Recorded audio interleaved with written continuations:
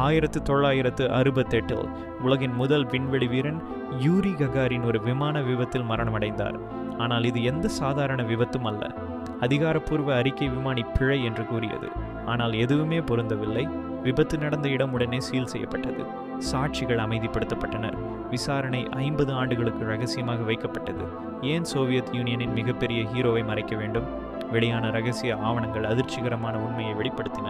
KGB தலையீடு, கொலை சதியின் மறைப்பு, ககாரின் அரசியல் பிரச்சனையாக மாறிவிட்டார் என்ற ஆதாரங்கள், குளிர்போர் சித்தப்பிரமை, உள்ளதிகார போராட்டங்கள். தங்களுடைய சொந்த ஹீரோவே சிக்கலாக மாறிய போது அவரை அகற்ற எடுத்த முடிவு. யூரி ககாரின் மரணம் வெறும் விபத்தல்ல, அது ஒரு கணக்கிடப்பட்ட கொலை.